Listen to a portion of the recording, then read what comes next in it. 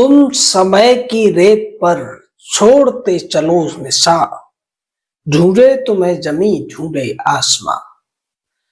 नमस्कार, मैं जनवक्ता शिवम गौतम। और जैसा कि हमने आपको पहले भी बताया था कि मद्रास हाईकोर्ट की मदुरई बेंच में एक जज साहब है, नाम है जी.आर. स्वामीनाथन।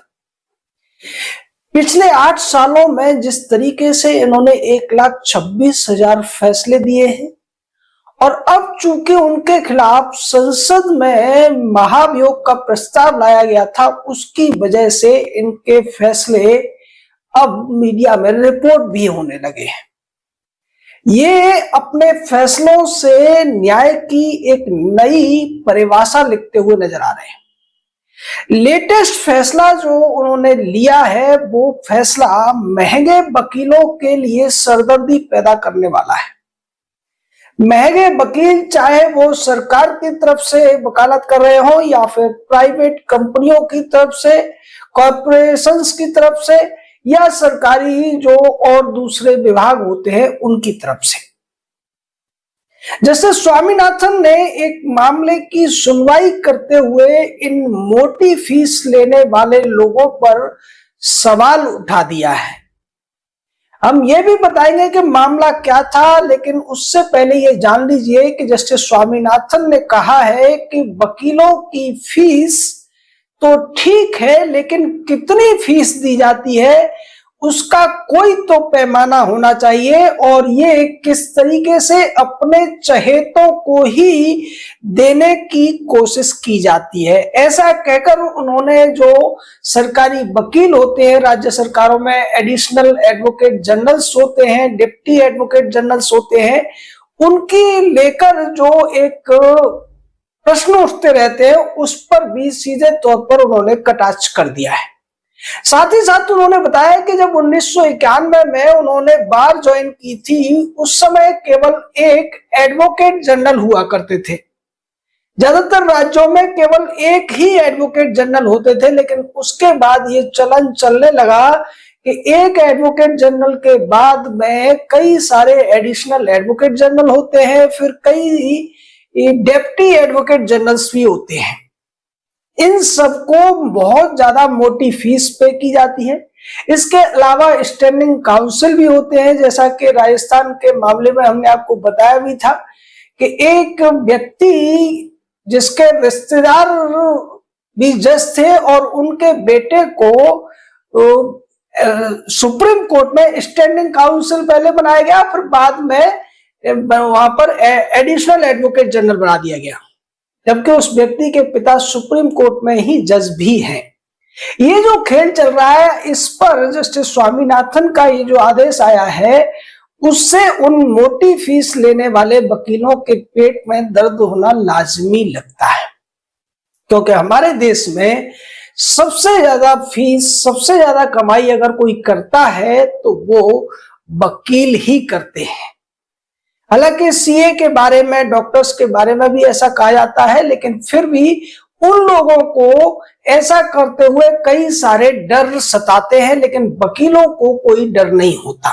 आज की डेट में भारत में एक एक अपीयरेंस के 40-40, 50-50 लाख रुपए लेने वाले कई वकील हैं। कपिल सिब्बल का नाम इसमें सबसे आगे लिया जा सकता है, अभिषेक मनु सिंघवी का नाम लिया जा सकता है, दूसरे और भी वकील हैं कई सारे, तो इसका खुलासा ही नहीं करते। और ज्यादातर जो वकील होते हैं अपनी फीस को कैश में लेना ही पसंद करते हैं, क्योंकि उन्हें पता है कि वो चेक वगैरह से लेंगे तो फिर बाद में उन पर इनकम टैक्स का भी नोटिस आ जाएगा। हालांकि इनकम टैक्स के नोटिस को वो बड़ी अच्छी तरीके से टैकल करना भी जानते हैं। अभिषेक मनु सिंघवी का एक बहुत पुराना मामला है 100 करोड़ रुपए के टैक्स चोरी का, और इसको आप चाहें तो सर्च करेंगे तो ये आपको दिख भी जाएगा इंटरनेट पर।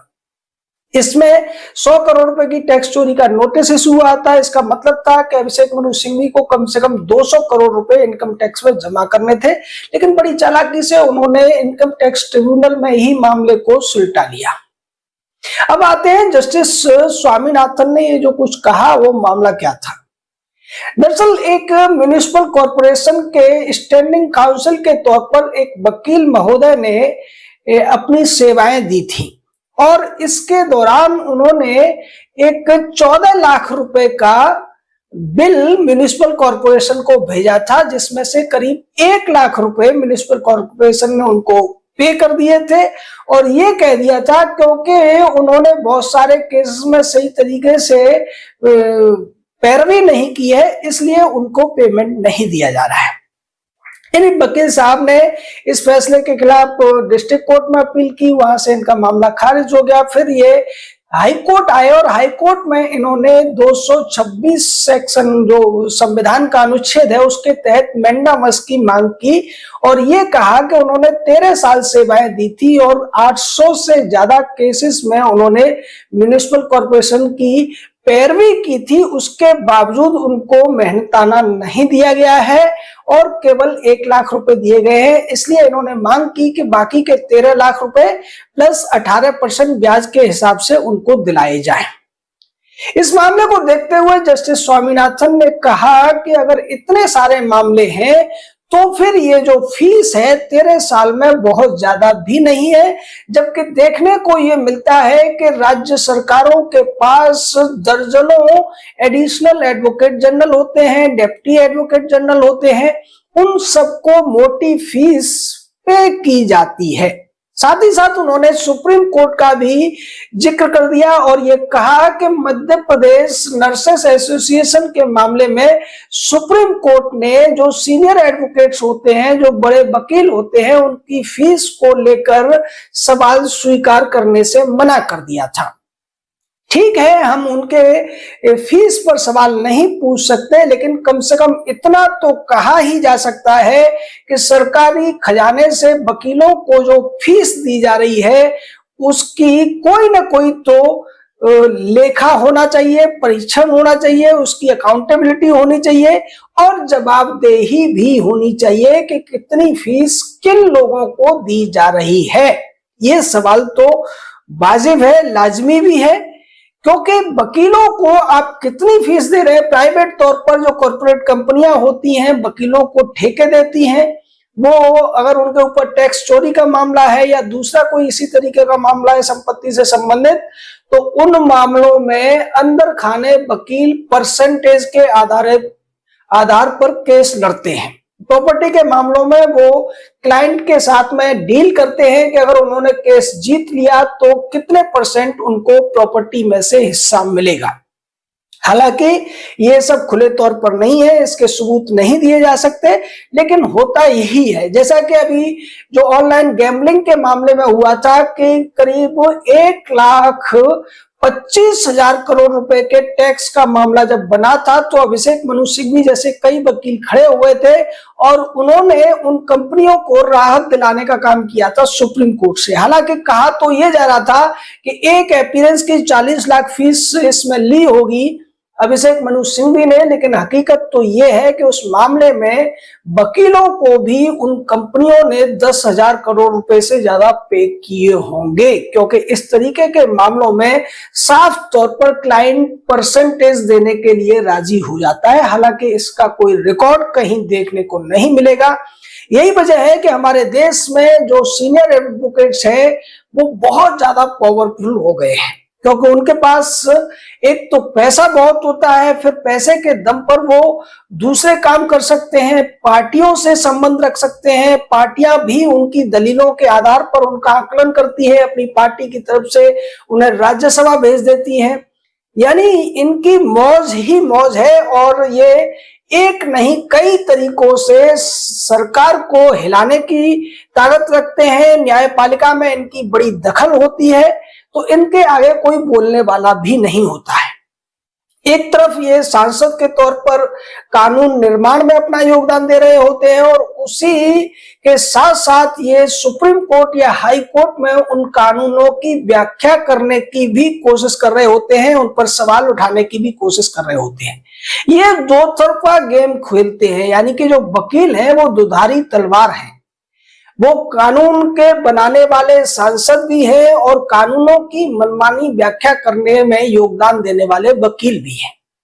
अब उनकी फीस पर हाईकोर्ट के एक जज द्वारा सवाल उठाया जाना, इसका साफ मतलब है कि ये बात अब चर्चा में उठेगी कि इन वकीलों को इतनी मोटी फीस क्यों दी जाती है। सवाल तो एक ये भी है कि हमारे देश में प्राचीन काल से कभी भी वकीलों का कोई रोल नहीं रहा। ये सब शुरू हुआ अंग्रेजों के भारत में आने के बाद और अंग्रेजों द्वारा ये जुडिशियल सिस्टम भारत पर थोपने के बाद। क्योंकि अगर कानून या नैतिक जो नियम है वो आसान होंगे तो किसी भी व्यक्ति को पैरोकारी करवाने के लिए, अपनी बातें कहलवाने के लिए किसी वकील की जरूरत नहीं पड़ेगी।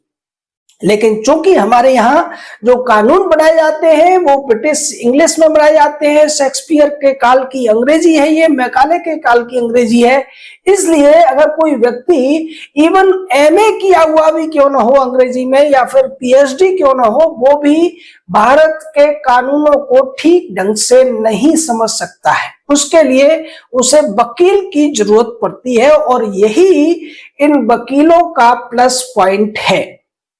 फिर उसके अलावा कानून जो कुछ होता है वो मायने नहीं रखता, उसमें जो केस लॉ आ जाता है, बाद में जो सुप्रीम कोर्ट, हाई कोर्ट्स के डिसीजंस होते हैं, उसके आधार पर भी उस कानून का स्वरूप बदल जाता है और उसके जो इम्प्लीकेशंस हैं वो भी बदल जाते हैं।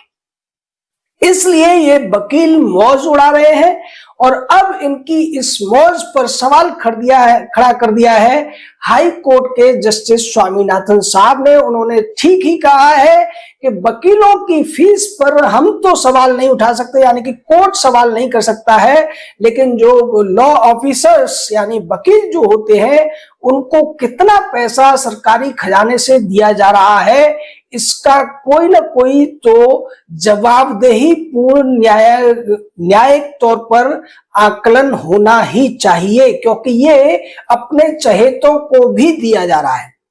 जैसा हमने आपको बताया है कि ज्यादातर जो सरकारी वकील नियुक्त किए जाते हैं, स्टैंडिंग काउंसिल्स नियुक्त किए जाते हैं, ये सब के सब नेताओं के रिश्तेदार, पार्टियों के परिचित लोग होते हैं या पार्टियों के मेंबर ही होते हैं और उन्हें फायदा पहुंचाने के लिए जब भी सरकार बदलती है, हर सरकार अपने समूह से संबंधित व्यक्तियों को ऐसे पदों पर नियुक्त कर देती है और वो अगर केस फाइनल हुआ है तब भी उन्हें फीस मिलती है, नहीं हुआ है तब भी फीस मिलती है, अपीयरेंस के आधार पर उनको फीस मिलती है, जिसको कि भारत के टैक्स पेयर को ही चुकाना पड़ता है। और टैक्स पेयर की इसी चिंता को व्यक्त कर दिया है अब जस्टिस स्वामीनाथन ने।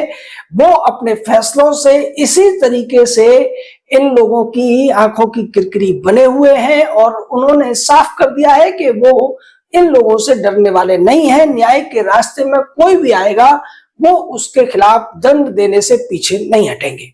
आपका इस पूरे मामले पर क्या कहना है, अपनी राय दीजिए, हमारे साथ जुड़े रहिए और जैसे स्वामीनाथन जैसे जजों का समर्थन भी करते रहिए। जय हिंद, जय भारत।